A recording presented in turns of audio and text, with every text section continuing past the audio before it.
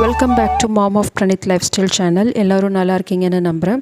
இன்றைக்கி மார்னிங்கே கொஞ்சம் சீக்கிரமாக எழுந்திரிச்சு ப்ரான் வாங்க போகலாமேன்னு சொல்லிட்டு ப்ரான் வாங்க தான் போயிருந்தேன். ஸோ ப்ரான் வாங்கி முடித்ததுக்கப்புறமா கொஞ்சம் வெஜ்ஜீஸும் வாங்க வேண்டியது இருந்தது. அதுவும் வாங்கிக்கிட்டேன். ஸோ அதை வாங்கி முடித்ததுக்கப்புறமா வீட்டுக்கு போயிட்டு பார்த்திங்கன்னா எல்லாத்தையும் அரேஞ்ச் பண்ணிவிட்டு பிரணீத்துக்கு மார்னிங் கஞ்சி ப்ரிப்பேர் பண்ணணும். அதுவும் ப்ரிப்பேர் பண்ணி எடுத்துக்கிட்டேன்.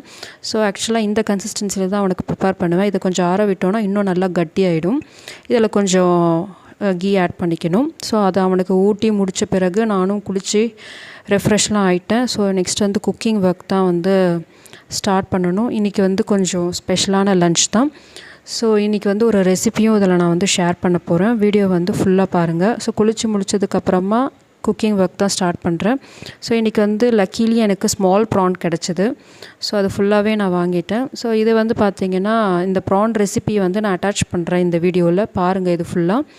ஸோ இது பண்ணுறதுக்கு முன்னாடி ஃபஸ்ட்டு நல்லா மேரினேட் பண்ணி கொஞ்சம் நேரம் ஒரு ½ அன் ஹவர் நம்ம மேரினேட் பண்ணி தனியாக வச்சுக்கலாம்.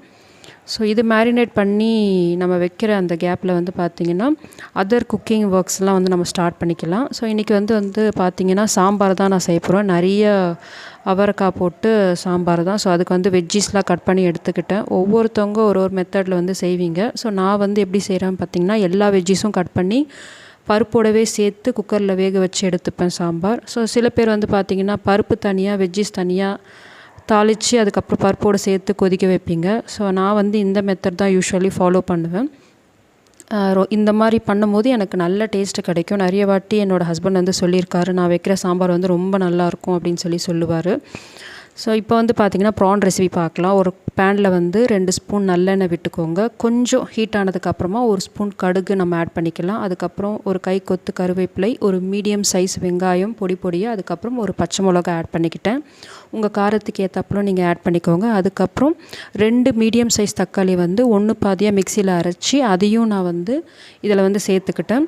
சேர்த்ததுக்கப்புறம் பார்த்திங்கன்னா நல்லா வதக்கிக்கலாம். ஸோ இந்த ப்ரான் மேரினேஷன் ரொம்ப சிம்பிள் தான். இதில் என்ன ஆட் பண்ணியிருக்கேன்னு பார்த்திங்கன்னா மஞ்சள் தூள், ஜிஞ்சர் கார்லிக் பேஸ்ட், அப்புறம் குழம்பு மிளகாய் தூள், கரம் மசாலா, ஆனியன் பவுடர் இருந்தால் ஆட் பண்ணுங்கள், இல்லைன்னா விட்டுருங்க. அண்ட் தென் அதே டொமேட்டோ ஸ்டாக் தண்ணி கொஞ்சமாக இதில் ஆட் பண்ணிக்கிறேன். ஆட் பண்ணி முடிச்சதுக்கப்புறமா நல்லா கொதிக்க விடுங்க. 1 ஸ்பூன் உப்பு ஆட் பண்ணிக்கோங்க. இது ஒரு 10 மினிட்ஸ்லேயே ரெடி ஆகிடும். இது நல்லா கொதித்து முடித்ததுக்கப்புறம் பார்த்திங்கன்னா இந்த மாதிரி ஒரு ஸ்டேஜ் வரும். அதாவது கிரேவி தனியாக அண்ட் ஆயில் தனியாக செப்ரேட்டாக பிரியும். இந்த ஸ்டேஜ் தான் கரெக்டான ஸ்டேஜ். இப்போ கேஸ் ஆஃப் பண்ணிவிட்டு கொத்தமல்லி இருந்தால் நிறைய தூவிக்கோங்க. இது ரெடி டு சர்வில் இருக்கும். இன்றைக்கி இதுதான் லன்ச். கோவக்காய்